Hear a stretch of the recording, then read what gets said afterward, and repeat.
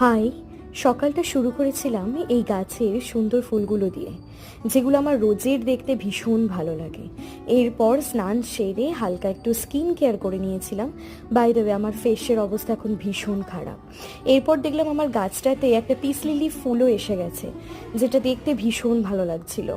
এরপর ফ্রিজ থেকে আজকের কি কি রান্না হবে সেই সমস্তগুলো আমি বের করে রেখে দিয়েছিলাম।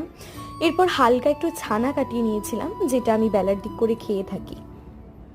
তারপর লাঞ্চ সেরে দুপুরের দিক করে এই আইসক্রিমটা একটু বাইরের ওয়েদারটার সাথে খাচ্ছিলাম।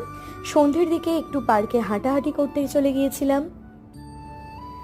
এই জায়গাটা ভীষণ ভালো লাগে সন্ধ্যের দিকে হাঁটতে।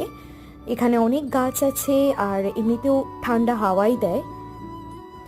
এরপর হাঁটাহাঁটি কমপ্লিট করে বাড়িতে এসে রাত্রে ডিনারটা কমপ্লিট করে নিয়েছিলাম। এই যে আজ ডিনারে ছিল পরোটা আর ছিল পনির।